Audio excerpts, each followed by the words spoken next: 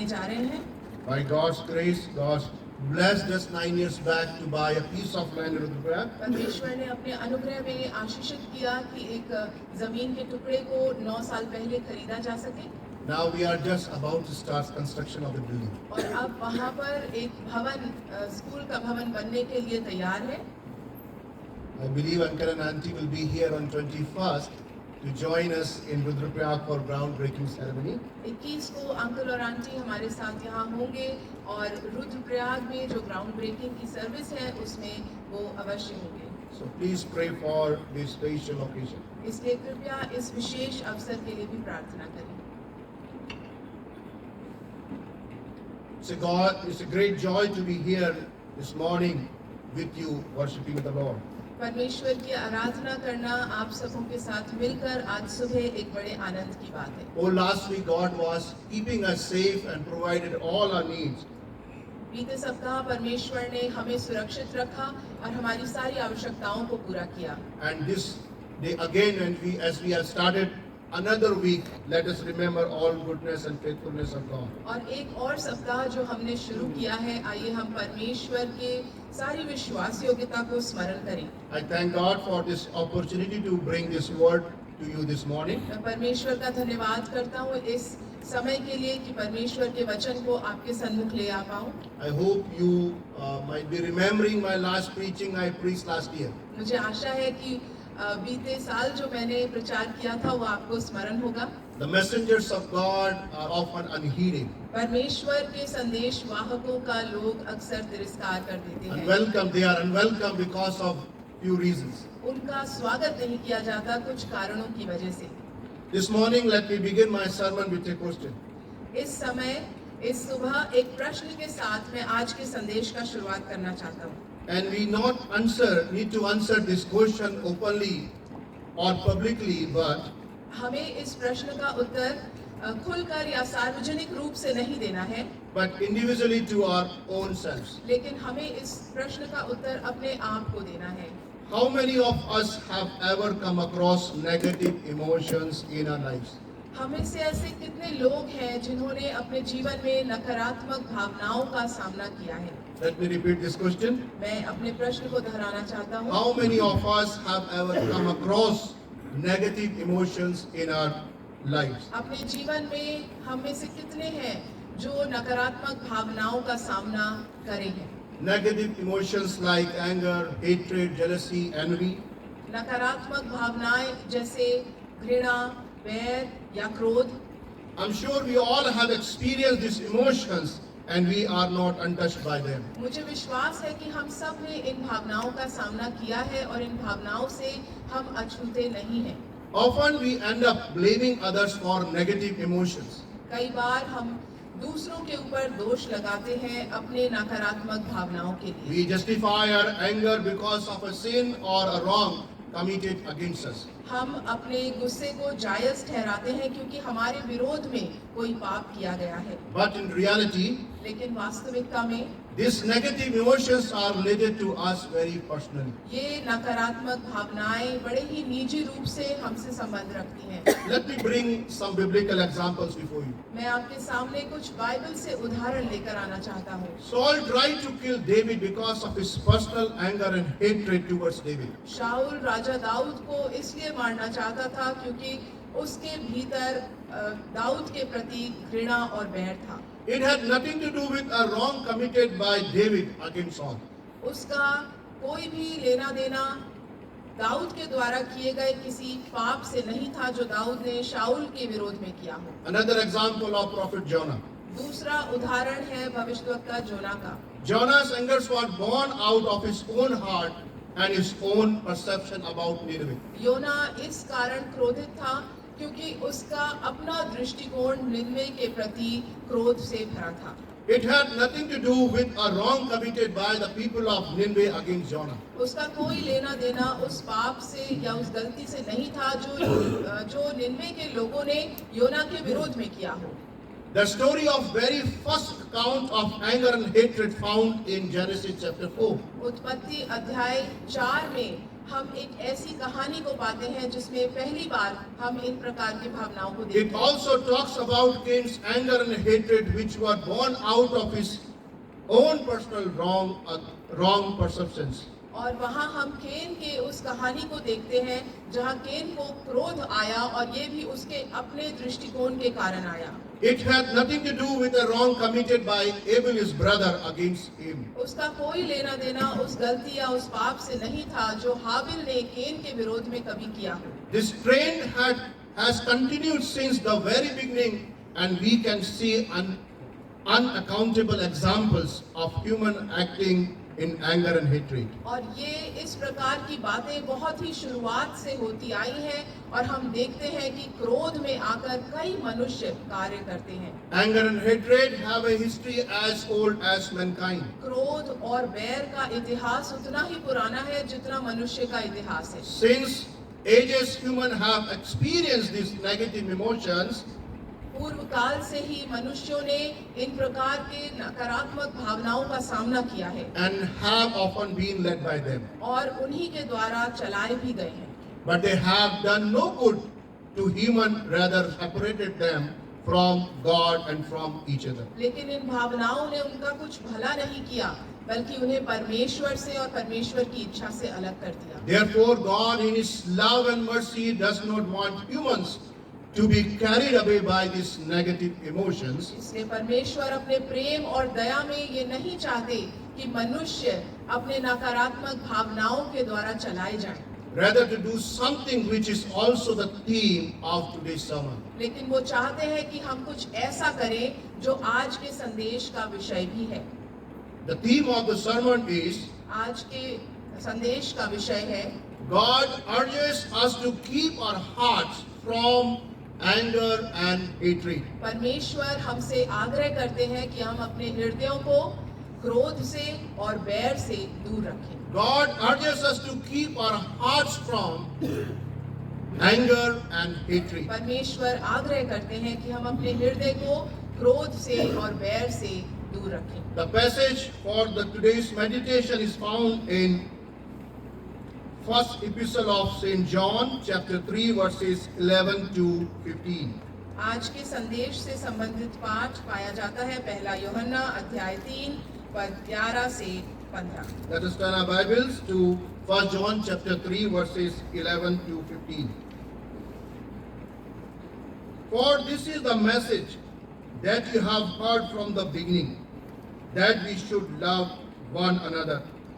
We should not be like Cain, who was of the evil one and murdered his brother. And why did he murder him? Because his own deeds were evil and his brother's righteous. Do not be surprised, brethren, that the world hates you. We know that we have passed out of death into life because we love the brothers. Whoever does not love abides in death. Everyone who hates his brother is a murderer, and you know that no murderer has eternal life abiding in him.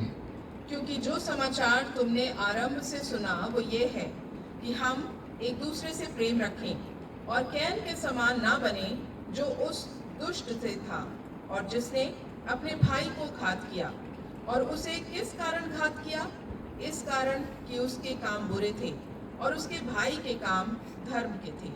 हे भाइयों, यदि संसार तुमसे बैर करता है तो अचंभा ना करना। हम जानते हैं कि हम मृत्यु से पार होकर जीवन में पहुँचे हैं क्योंकि हम भाइयों से प्रेम रखते हैं। जो प्रेम नहीं रखता वो मृत्यु की दशा में रहता है। जो कोई अपने भाई से बैर रखता है वो हत्यारा है और तुम जानते हो कि किसी हत्यारे में अनंत जीवन नहीं रहता। This is the word of God. Glory be to God. Let us look down our hearts and open our hearts as we are going to pray this morning. Father God, we thank you and we praise you for loving us, for caring us, for bringing us together this morning, Father God, to worship you in spirit and in truth. We thank you, Father God, for helping us, Father Lord, to know your will, Father Lord, and follow thy words, Father Lord Jesus. We know, Lord Jesus, that evil one is against us and is trying his level best to drag us back from the kingdom of God, Father Lord. We pray humbly, Father God, let your Spirit have control over us, Father Lord, and help us to move forward to attain the salvation which you have ordained for each and everyone whom you have called, Father Lord. Once again, Father Lord, humbly submit this day, this time, this worship into thy holy hands, Lord. And I pray, Lord, fill us once again with a fresh anointing to understand your heart and to follow thy will. In Jesus' name we ask this prayer. Amen. In this passage which we read in 1 John chapter 3, इस पद में जो हम पहला यूहन्ना अध्याय 3 में पढ़ते हैं, St. John is asking people of God to love one another. संत यूहन्ना परमेश्वर के लोगों से आग्रह करते हैं कि वे एक दूसरे से प्रेम रखें। One of the ways to do so is to be careful about our actions towards one another. और ऐसा करने का एक तरीका ये है कि हम अपने कार्यों के प्रति बड़े समझदार बने। Apostle John gives the example of Cain and Abel and urges God's people to deal with their negative emotions according to the will of God. संत यूहन्ना केन और हाबिल का उदाहरण देते हैं और ये कहते हैं कि परमेश्वर की इच्छा के अनुसार हम अपने नकारात्मक भावनाओं को देखें। He underlines the fact that our hearts should be free from anger and hatred because this is the will of God. वे इस बात को रेखांकित करते हैं कि हमारे हृदय किसी भी प्रकार के क्रोध और बैर से अलग हो, क्योंकि यही परमेश्वर की इच्छा है। I would like to share 3 reasons why God urges us to keep our hearts free from anger and hatred. मैं आपके सामने 3 कारण रखना चाहता हूँ कि क्यों परमेश्वर हमसे ये आग्रह करते हैं कि हम अपने हृदय को घृणा से, क्रोध से दूर रखें। I prepare PPT, but unfortunately these projectors are not working, but I hope that you will follow the sermon this morning. We should do that because anger and hatred are a result of sin. हमें ऐसा इसलिए करना है क्योंकि क्रोध और बैर पाप से ही उत्पन्न होते हैं। That is not doing what is right. और ये वही है जो सत्य नहीं, वो कार्य करना जो सही नहीं है। The 4 members of the very first family were supposed to follow the will of God and love each other. जो 4 लोग थे सबसे पहले परिवार के, उन्हें परमेश्वर की इच्छा पर चलना था और एक दूसरे से प्रेम करना था। Adam and Eve, Abel and Cain. आदम और हवा, कैन और हाबिल। Just 4 members in one family. एक परिवार के केवल 4 सदस्य थे। In the course of their living, the sons bring their offering to the Lord. और उनके जीवन में ऐसा हुआ कि जो 2 पुत्र थे वे अपनी भेंट लेकर परमेश्वर के पास आए। We see this story in Genesis chapter 4 verses 4 and 5. इस कहानी को हम उत्पत्ति की पुस्तक अध्याय 4 में देख सकते हैं। And Abel also brought of the firstborn of his flock and of their fat portions. And the Lord had regard for Abel and his offering. But for Cain and his offering he had no regard. So Cain was very angry and his face fell. उत्पत्ति अध्याय 4 पद 4 और 5। और हाबिल भी अपनी भेड़ बकरियों को कई एक पहलौठे बच्चे भेंट चढ़ाने ले आया और उनकी चर्बी भेंट चढ़ाई।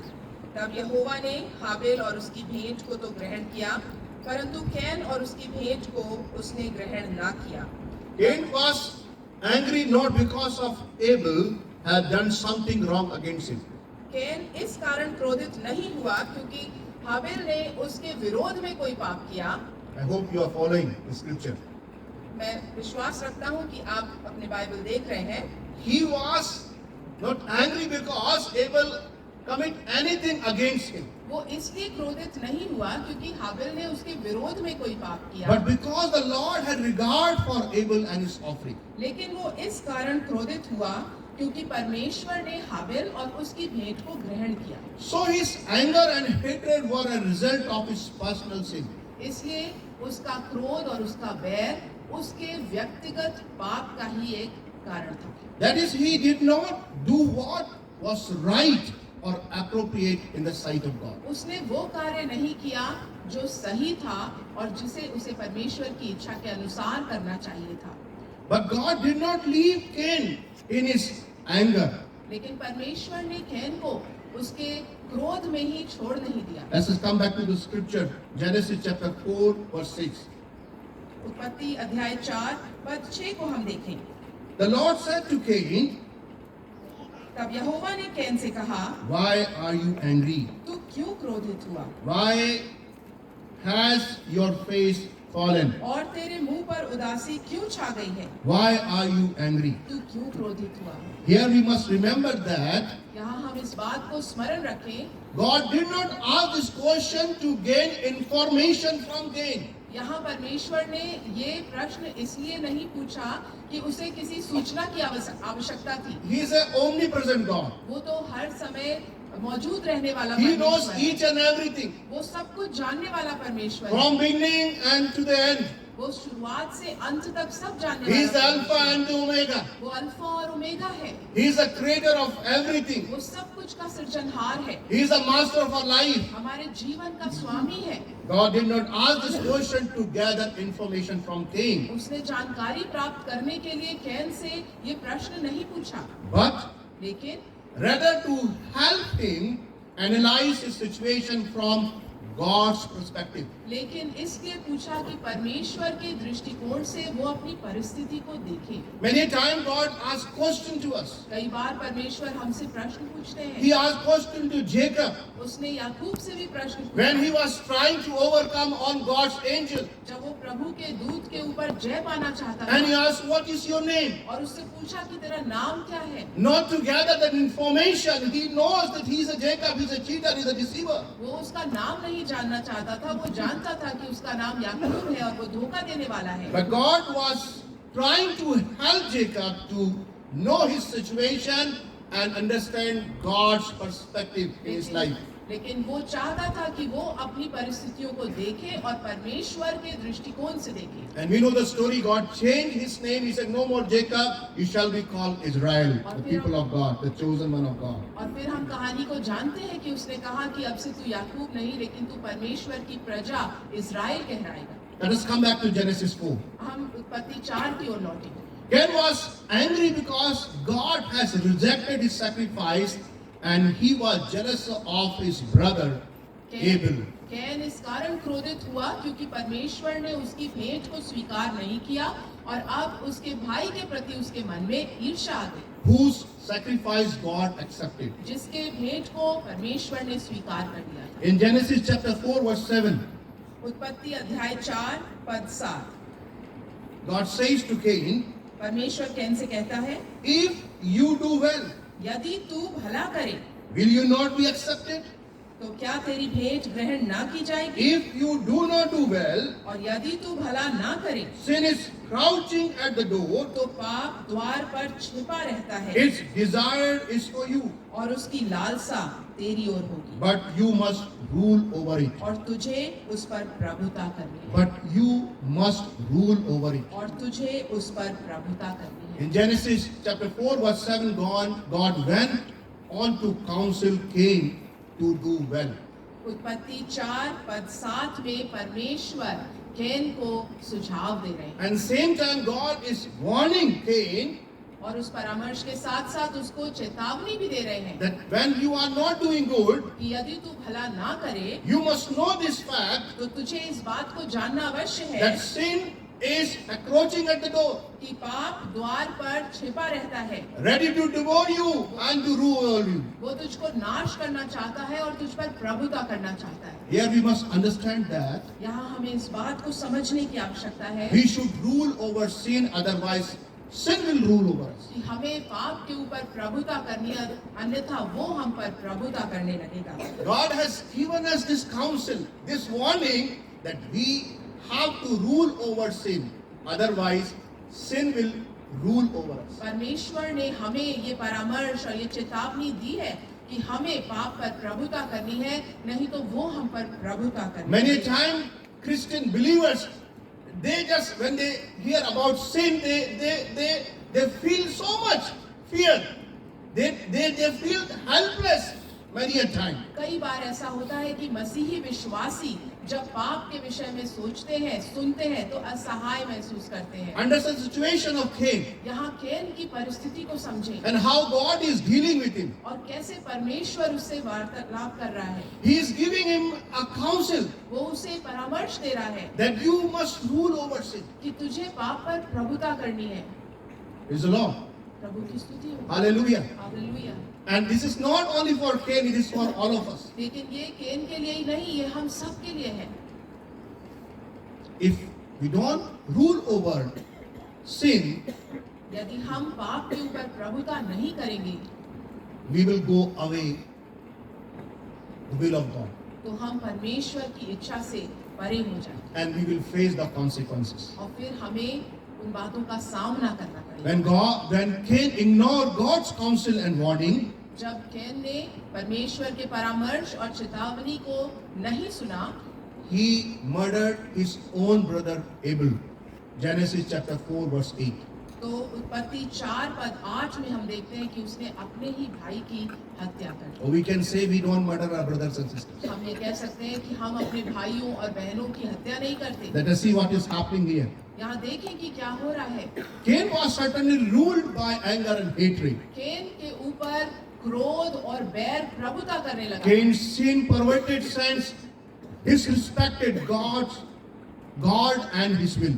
कैन के भाव जो पाप से ग्रसित हो चुके थे, उसके कारण उसने परमेश्वर की इच्छा का निरादर करा। Even when God encourages Cain to act rightly and not to trust his anger, और तब भी जब परमेश्वर ने उसको ये परामर्श दिया कि तू भला कर और अपने क्रोध के हाथ के नीचे ना आ जा, he ignored God's counsel, तो उसने परमेश्वर के परामर्श को नहीं सुना embraced anger and hatred, और उसने क्रोध और बैर को गले लगा लिया and finally killed his own brother Abel. और फिर अपने ही भाई की हत्या की। So the first reason behind God's urge is that इसलिए पहला कारण परमेश्वर के इस आग्रह के पीछे ये है anger and hatred spring forth from sin.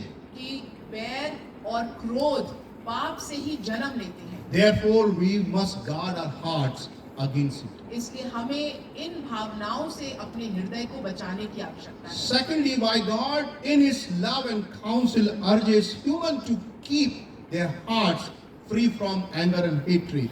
और दूसरा कारण कि क्यों परमेश्वर ये आग्रह करते हैं अपने प्रेम और अपने दया में कि हम अपने हृदय को क्रोध और बैर से बचा कर रखें, Because anger and hatred are equal to murder and surely lead us to judgment. क्योंकि क्रोध और बैर हत्या करने के समान है और हम पर दंड की आज्ञा ले आते हैं। Here I want to bring the words of Jesus Christ which we see in Gospel according to Saint Matthew chapter 5 verses 21 to 22. यहाँ मैं आपका ध्यान प्रभु यीशु मसीह के वचनों की ओर ले जाना चाहता हूँ जो मत्ती रचित सुसमाचार अध्याय 5 पद 21 से आगे मिलते हैं। Matthew's Gospel chapter 5 verses 21 and 22. मत्ती अध्याय 5 पद 21 और 22। You have heard that it was said to those of old, you shall not murder, and whoever murders will be liable to judgment. But I say to you that everyone who is angry with his brother will be liable to judgment. Whoever insults his brother will be liable to the council, and whoever says you fool will be liable to the hell of fire. तुम सुन चुके हो कि पूर्व काल के लोगों से कहा गया था कि हत्या ना करना, और जो कोई हत्या करेगा वो कचहरी में दंड के योग्य होगा।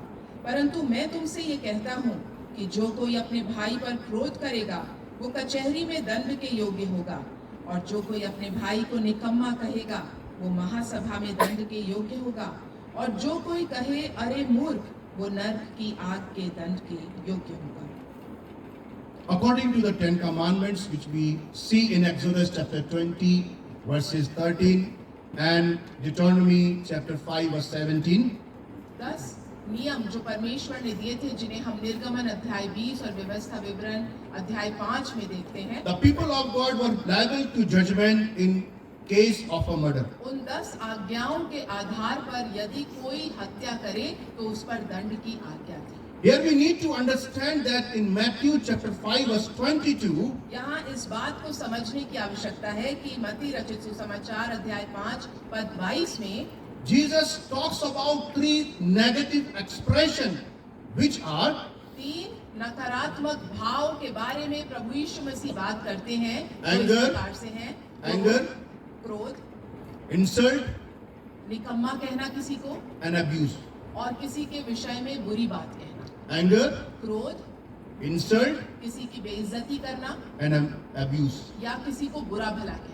These actions are a direct product of negative emotions. इस प्रकार के कार्य हमारी नकारात्मक भावनाओं से ही जन्म लेते हैं, And this emotion, negative emotions lead to judgment, counsel, and finally hell of fire. और इस प्रकार के कार्य हमें कचहरी में, महासभा में और अंत में नरक की आग तक लेकर जाते हैं। Progressive punishment we should follow. Judgment, counsel, and hell of fire. एक क्रम के अनुसार दंड दिया जाता है कि कचहरी और उसके बाद महासभा और उसके बाद नरक की आग। Anger, insult, and abuse. क्रोध, किसी की बेइज्जती करना या किसी के लिए बुरा भला कहना। These actions are a direct product of negative emotions. ये सारे कार्य हमारी नकारात्मक भावनाओं से जन्म लेते हैं। Therefore, इसलिए we must be watchful of our negative emotions. हमें अपने नकारात्मक भावनाओं को बड़े ध्यान धरकर देखने की आवश्यकता है। A little unrighteous anger and hatred, थोड़ा सा एक ऐसा क्रोध जो धर्म से जन्म नहीं लेता या थोड़ा सा बैर, a little unrighteous anger and hatred थोड़ा सा अधार्मिक क्रोध या बैर can put us on the same platform with a murderer. हमें एक हत्यारे के समान बनाकर उसके साथ ही खड़ा कर देता है। So the first reason behind God's urge is that इसलिए पहला कारण कि प्रभु परमेश्वर हमसे आग्रह करते हैं, वो उसका पहला कारण ये है anger and hatred spring forth from sin. कि गुस्सा और बैर पाप से जन्म लेते हैं। The second reason behind God's urge is that और दूसरा कारण परमेश्वर के आग्रह के पीछे ये है anger and hatred are equal to murder and surely lead to judgment. कि घृणा करना, बैर करना हत्या करने के समान है और हम पर दंड की आज्ञा ले आते हैं। Therefore, इस कारण we must guard our hearts against such emotions. हमें इन प्रकार की भावनाओं से अपने हृदय को बचाने की आवश्यकता है। And now let us see the third reason. और अब हम तीसरा कारण देखेंगे। That is why God urges us to keep our hearts free from anger and hatred is तीसरा कारण कि परमेश्वर क्यों हमसे आग्रह करते हैं कि हम अपने हृदय को क्रोध और बैर से बचा कर रखें, because anger and hatred take us away from eternal life in Jesus Christ. क्योंकि क्रोध और बैर हमें उस अनंत जीवन से दूर ले जाते हैं जो हमें मसीह में मिलता है। Let us come back to the passage which we read. हम उस परमेश्वर के वचन के भाग के पास लौट आएंगे जो हमने शुरू में पढ़ा, 1 John chapter 3. पहला यूहन्ना अध्याय 3 Here in verse 15 says that पद 15 इस प्रकार से कहता है, the one who hates his brother is a murderer, जो कोई अपने भाई से बैर रखता है वो हत्यारा है and no murderer has eternal life abiding in him. और तुम जानते हो कि किसी हत्यारे में अनंत जीवन नहीं रहता। It is important to note that इस बात को ध्यान धरने की आवश्यकता है। the word of God is very clear in stating that everyone who hates his brother is a murderer. परमेश्वर का वचन इस बात को स्पष्ट कर देता है कि जो कोई अपने भाई से बैर रखता वो हत्यारा है। It is also important to understand that ये भी समझने की आवश्यकता है the word brother here does not refer to only biological brothers and sisters. कि यहाँ पर शब्द भाई का अर्थ केवल उन भाइयों से नहीं, उन बहनों से नहीं जो हमारे परिवार के हैं, या जो एक ही खून के हैं, but to the family of God, to the church of God. लेकिन उसका अर्थ है परमेश्वर का पूरा परिवार, परमेश्वर की कलीसिया। So to hate a brother or a sister इसलिए किसी अपने भाई या अपनी बहन से बैर रखना will turn us into a murderer. वो हमें एक हत्यारा बना देता है। Cain murdered his brother because of his own evil deeds, anger and hatred. केन ने अपने भाई हाबिल को इस कारण घात किया क्योंकि उसके भीतर बुरी इच्छाएं थी, क्रोध था, बैर था।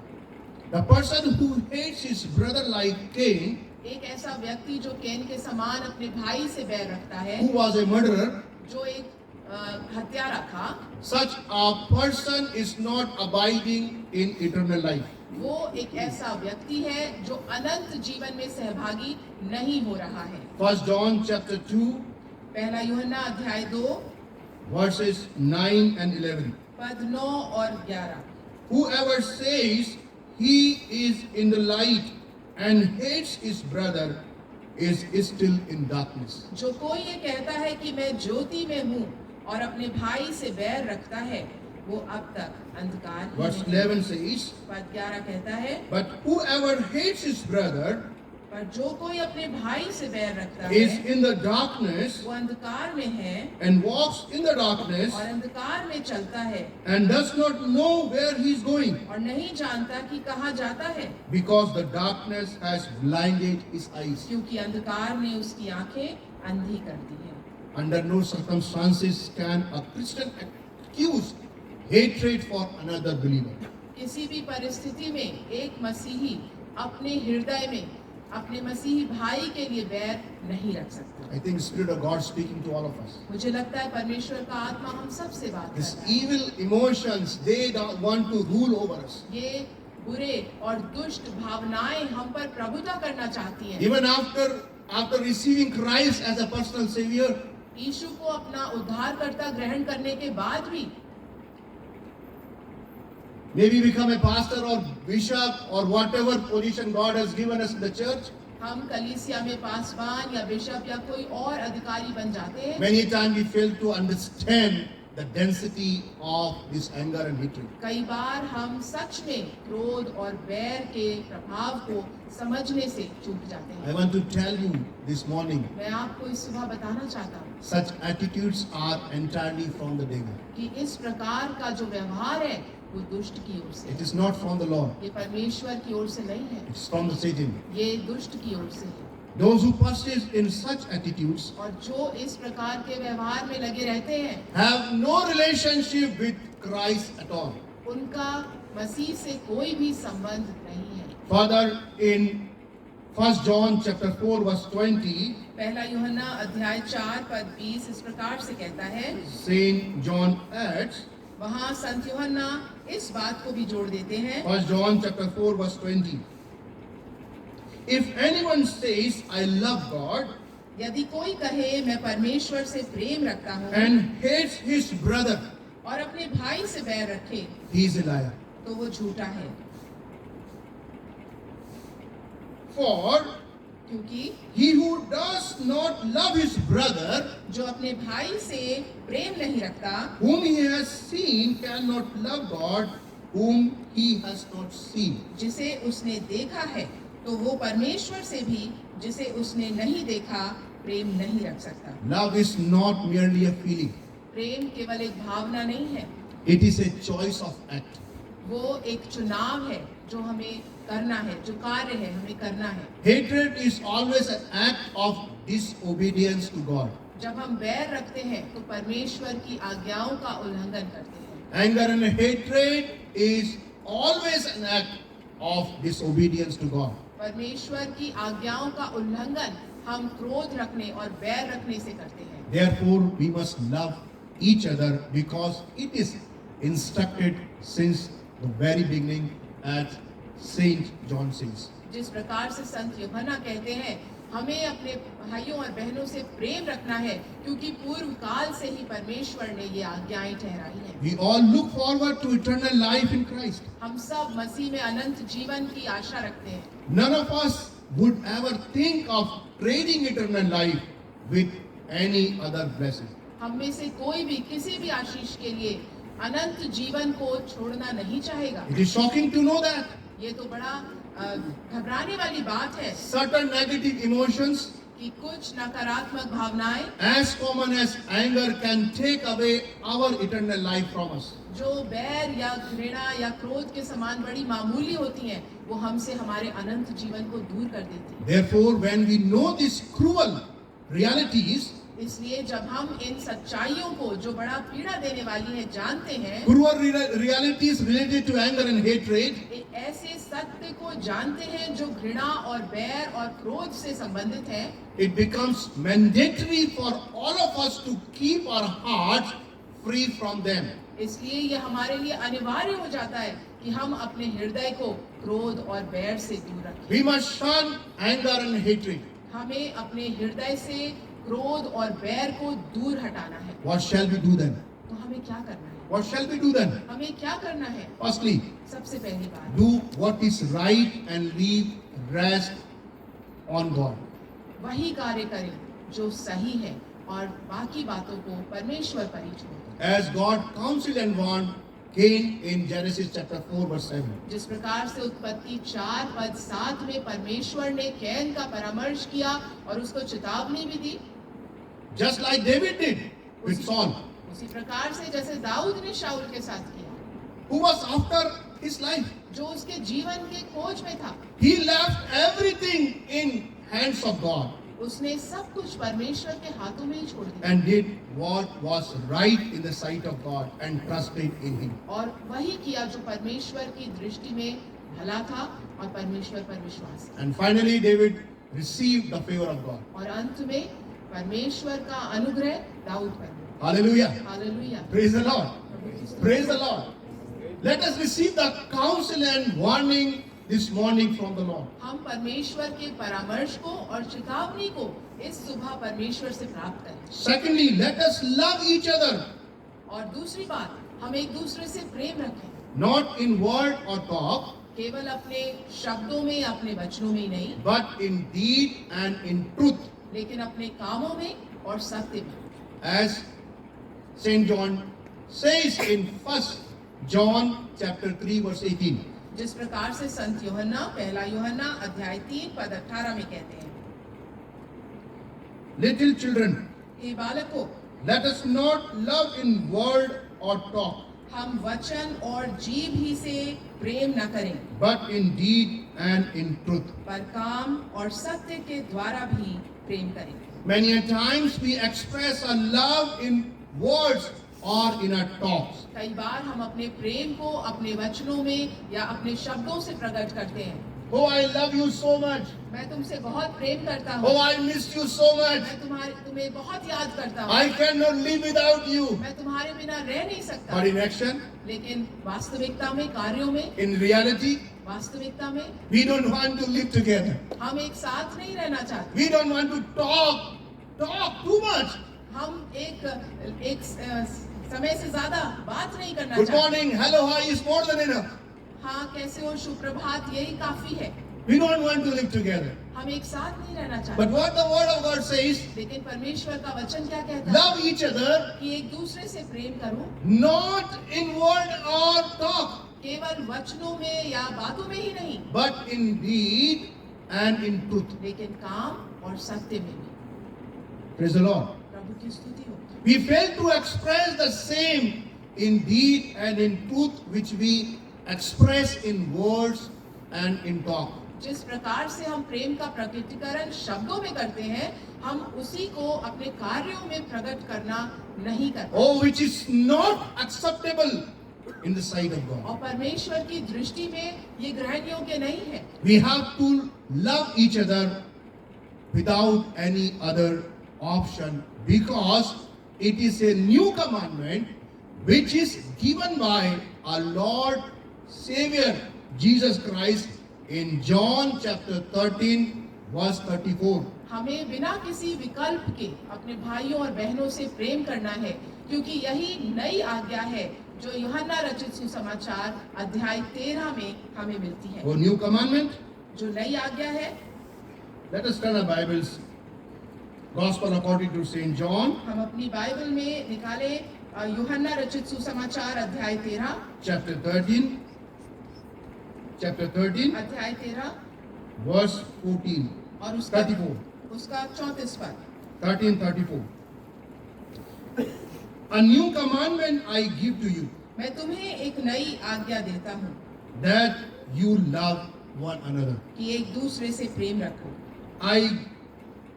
I give you that you love one another just as I have loved you, you also are to love one another. जैसे मैंने तुमसे प्रेम रखा है वैसा ही तुम भी एक दूसरे से प्रेम रखो। Verse 35.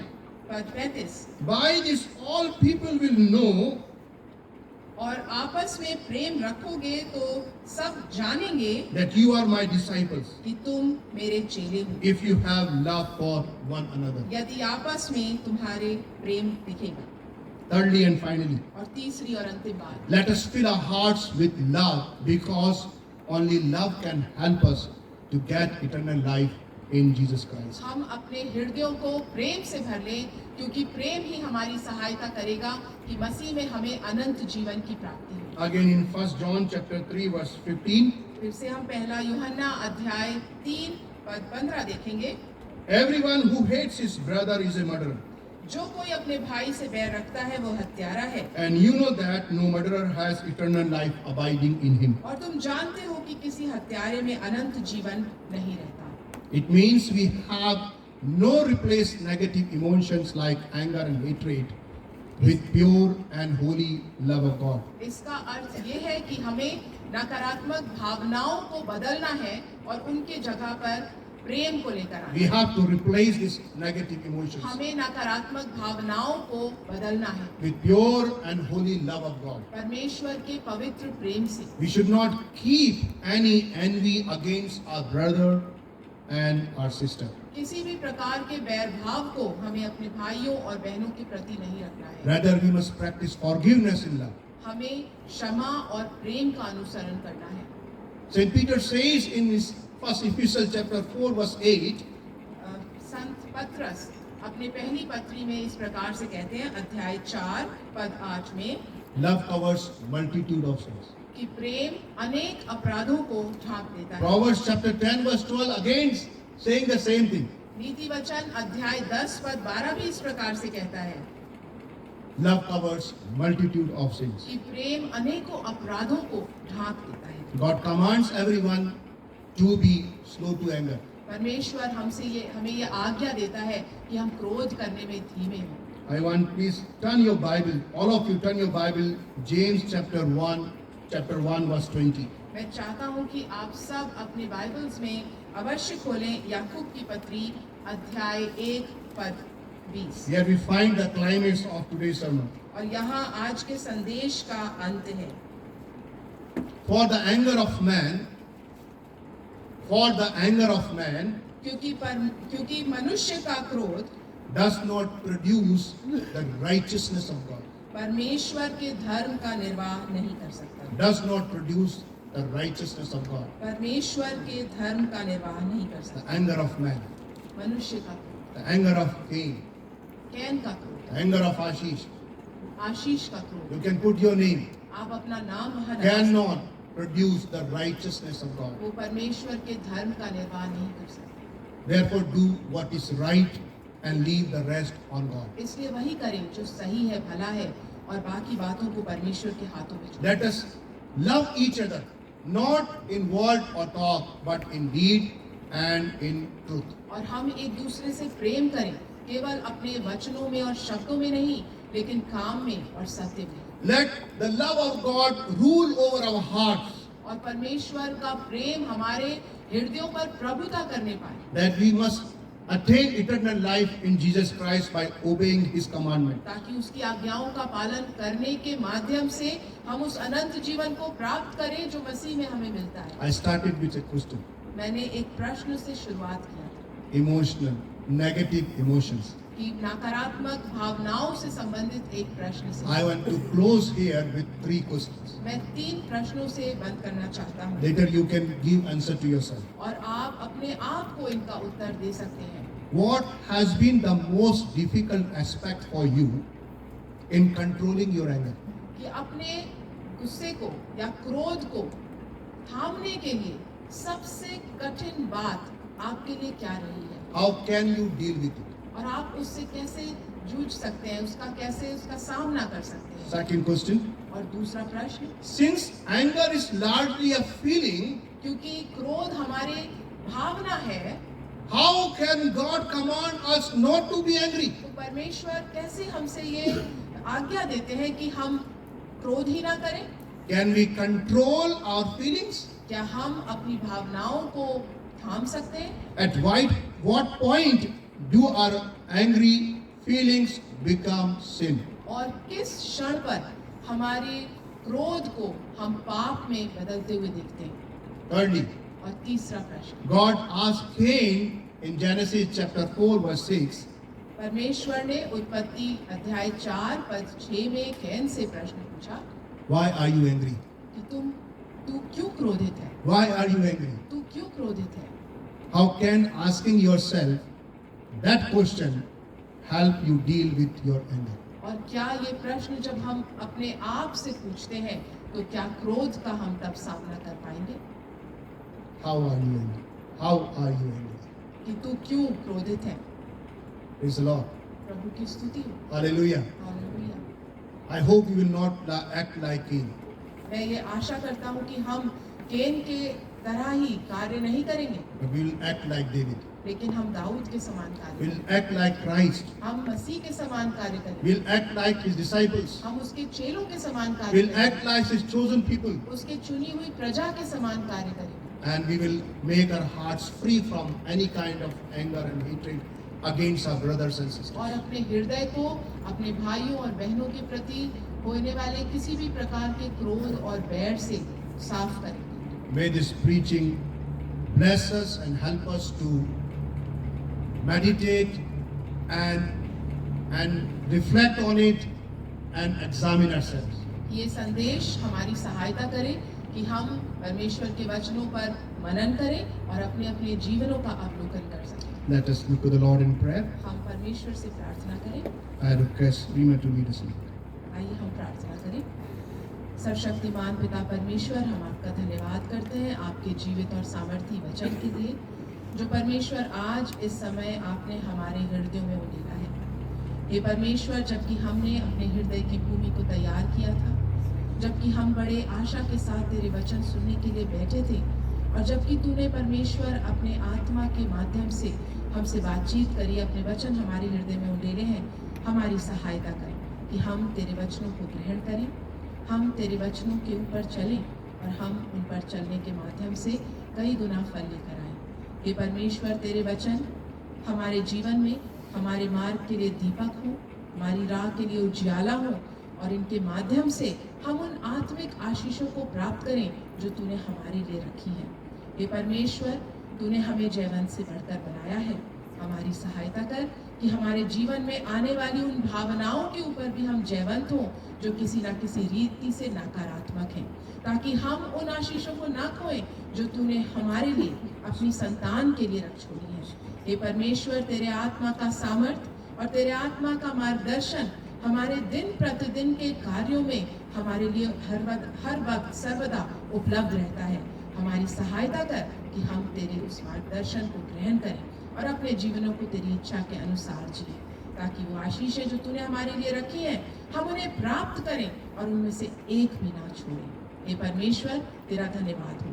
अब जब हम विदा हो परमेश्वर, तुम हमारे साथ हो और पूरे सप्ताह भर तेरी विश्वास योग्यता में बने रहने के लिए और ऐसे कार्य करने के लिए जिनसे तेरे नाम की महिमा होती है, हमारी सहायता और मदद कर। इस प्रार्थना को हम अपने उद्धारकर्ता प्रभु यीशु के नाम से मांगते हैं, आमीन। May God bless us. जय मसीह। प्रभु हमें आशीष दे। जय मसीह।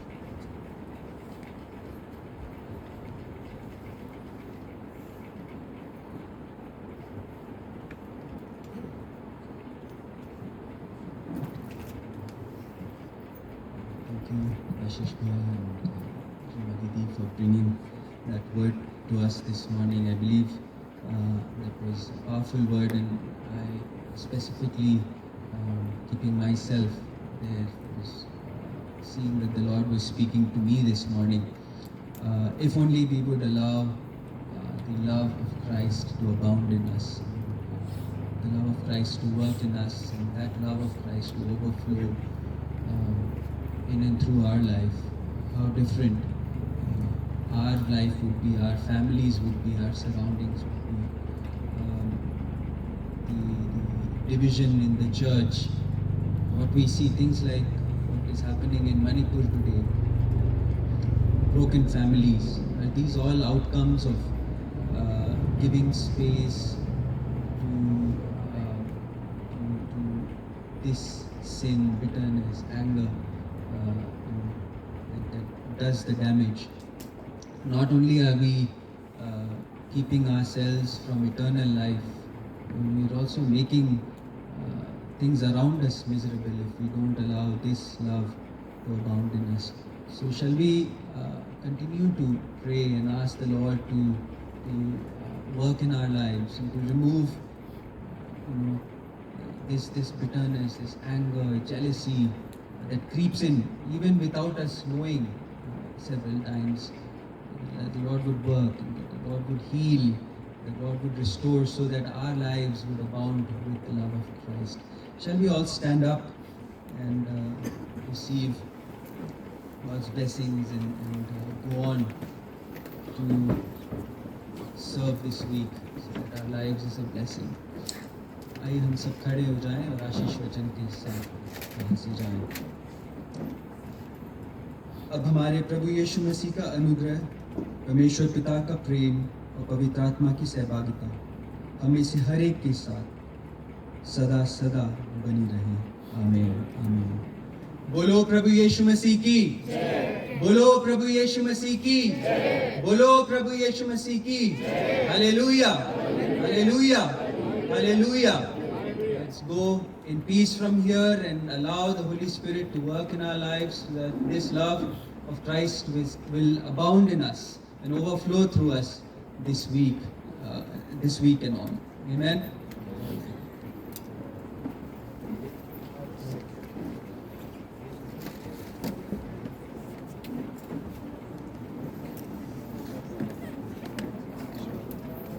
Father's Day again. Canteen. Thank you for holding Liliana. She was so calm with you. It was a joy doing that. Happy Father's Day. Christmas to your family. Thank you for joining us this morning. You live in ONGC?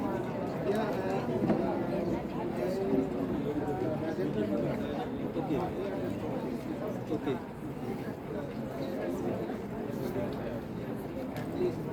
Okay. We have another family that comes from ONGC. Dr. Harry and yes. Okay. Okay. Yeah, he's here. You also. Yeah, he's here. I could see you with my boss. Oh, okay. Just said we work together.